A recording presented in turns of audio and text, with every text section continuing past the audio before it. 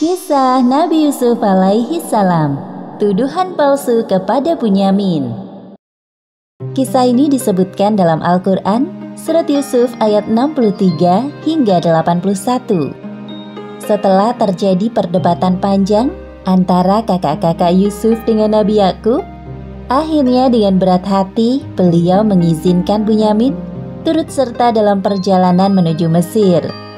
Namun pada saat Nabi Yusuf dapat bertemu dengan adik kesayangannya itu, beliau malah menahan kepulangan Bunyamin dengan tuduhan telah melakukan pencurian. Kepulangan para kakak-kakak Yusuf disambut gembira oleh Nabi Yakub dan Bunyamin. Apalagi mereka pulang dengan selamat dan membawa banyak bahan makanan dari Mesir. Alhamdulillahirabbil alamin. Akhirnya kalian pulang juga, anak-anakku. Wahai ayah, jangan mengkhawatirkan keadaan kami, karena ada Al-Wali yang selalu melindungi setiap langkah kami. Maha suci Allah, Tuhan pelindung makhluknya. Setelah duduk melepas lelah, salah satu kakak Yusuf teringat akan pesan Tuan Pembesar Mesir untuk mengajak Bunyamin dalam perjalanan selanjutnya. Kak, apakah kita bicara sekarang saja kepada ayah tentang Bunyamin? Oh iya, tapi aku ragu. Engkau saja yang bicara kepada ayah. Engkau saja yang lebih tua. Nabi Yakub merasa ada yang disembunyikan oleh anak-anaknya. Tidak biasanya mereka berbicara sambil berbisik-bisik. Kalian ini sedang berdebat tentang apa? Kenapa bicara sampai berbisik-bisik? Takut ayah mendengarnya. Tidak, ayah. Iya. Jadi begini, ayah. Sebenarnya... Wahai ayah, kami tidak akan mendapat gandum lagi jika tidak membawa semua saudara kami. Sebab itu, biarkan Bunyamin pergi bersama-sama kami supaya kami mendapat gandum. Dan sesungguhnya, kami benar-benar akan menjaganya. Benar sekali apa yang dikatakannya, wahai ayah. Ini adalah syarat yang diajukan oleh pembesar Mesir. Sesungguhnya dia adalah orang yang baik dan sangat dermawan. Nabi Yakub merasa heran dan keberatan dengan permintaan pembesar Mesir itu. Bagaimana aku akan mempercayakan Bunyamin kepadamu, kecuali seperti aku telah mempercayakan Yusuf kepadamu dahulu. Wahai ayah, sesungguhnya kami telah menyesal tentang itu. Ternyata dugaan mereka benar. Tidak mudah untuk membujuk ayahnya agar mengizinkan Bunyamin turut serta. Bagaimana sekarang, Kak? Sepertinya ayah marah. Entahlah, aku juga bingung. Lebih baik kita bereskan barang-barang ini dahulu. Baik. Tatkala mereka membuka barang-barangnya, mereka menemukan kembali barang-barang penukaran mereka. Mereka terkejut. Barang-barang tersebut dikembalikan. Ini kan milik kita. Wahai ayah, ini barang penukar kita dikembalikan oleh mereka. Wahai ayah, apalagi yang kita inginkan? Ini barang-barang kita dikembalikan kepada kita. Dan kita akan dapat menghidupi keluarga dan memelihara saudara kita. Dan kita akan mendapat gandum seberat beban seekor unta. Itu hal yang mudah bagi Raja Mesir. Nabi Yakub mulai berpikir tentang syarat dari pembesar Mesir yang menurut beliau agak aneh.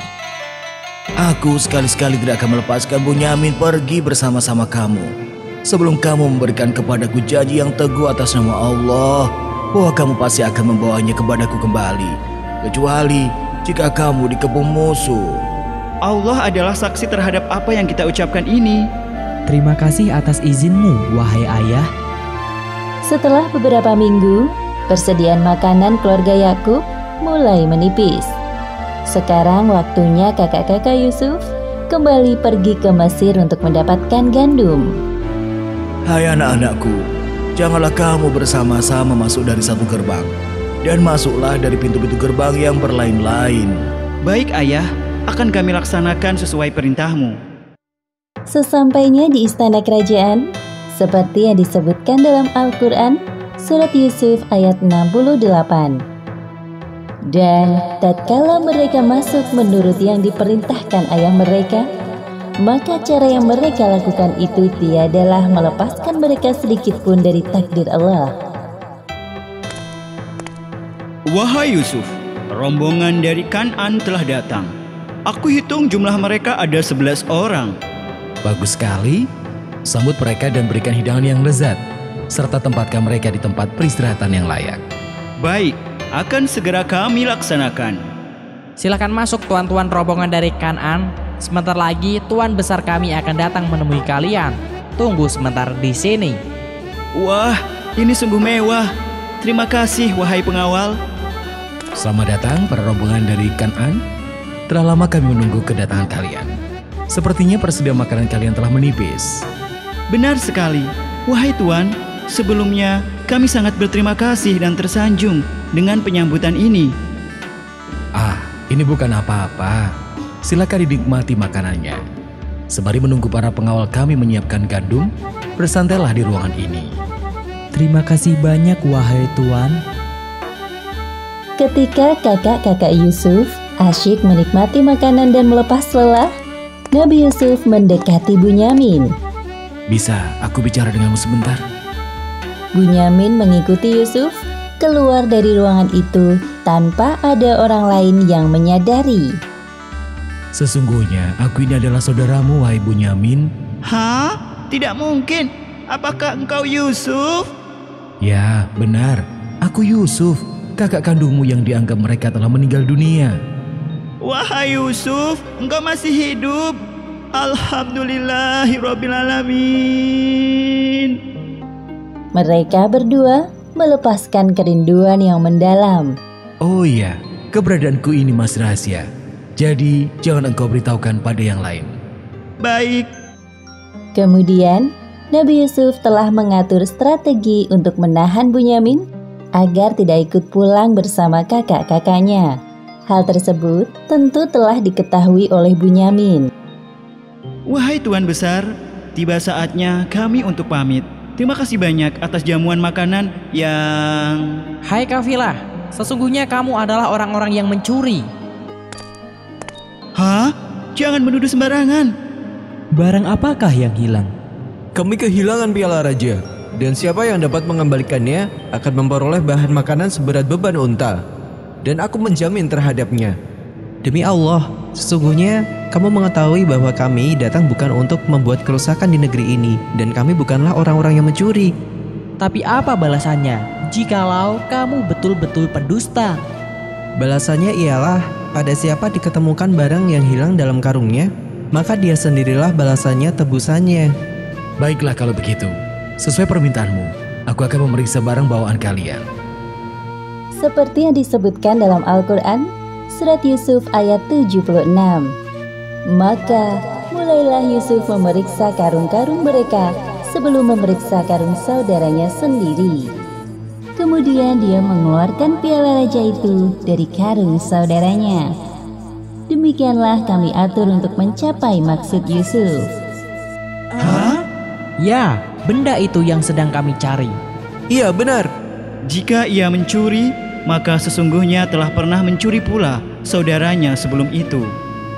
Dengan kata lain, perkataan kakaknya tersebut telah menuduh Nabi Yusuf. Maka Nabi Yusuf menyembunyikan kejanggalan itu pada dirinya dan tidak menampakkannya kepada mereka. Kamu lebih buruk kedudukanmu, sifat-sifatmu, dan Allah Maha mengetahui apa yang kamu terangkan itu. Wahai Tuan yang mulia, sesungguhnya ia mempunyai ayah yang sudah lanjut usianya. Lantaran itu, ambillah salah seorang di antara kami sebagai gantinya. Sesungguhnya kami melihat kamu termasuk orang-orang yang berbuat baik. Aku mohon perlindungan kepada Allah daripada menahan seseorang, kecuali orang yang kami ketemukan harta benda kami kepadanya. Jika kami berbuat demikian, maka benarlah kami orang-orang yang zalim. Maka tatkala mereka berputus asa daripada putusan Yusuf, mereka berpamitan. Kemudian mereka berunding bagaimana mereka akan pulang. Tidakkah kamu ketahui bahwa sesungguhnya ayah telah mengambil janji dengan nama Allah dan sebelum ini kita telah menyia-nyiakan Yusuf. Sebab itu aku tidak akan meninggalkan negeri Mesir sampai ayah mengizinkan kepadaku untuk kembali atau Allah memberi keputusan terhadapku. dan Dia adalah hakim yang sebaik-baiknya. Kembalilah kepada ayahmu dan katakanlah, wahai ayah kami, sesungguhnya anakmu telah mencuri dan kami hanya menyaksikan apa yang kami ketahui, dan sekali-kali kami tidak dapat menjaga mengetahui barang yang gaib. Akhirnya, kakak-kakak Yusuf meninggalkan Mesir dengan perasaan sedih. Mereka memikirkan bagaimana perasaan Nabi Yakub jika mengetahui apa yang terjadi pada Bunyamin.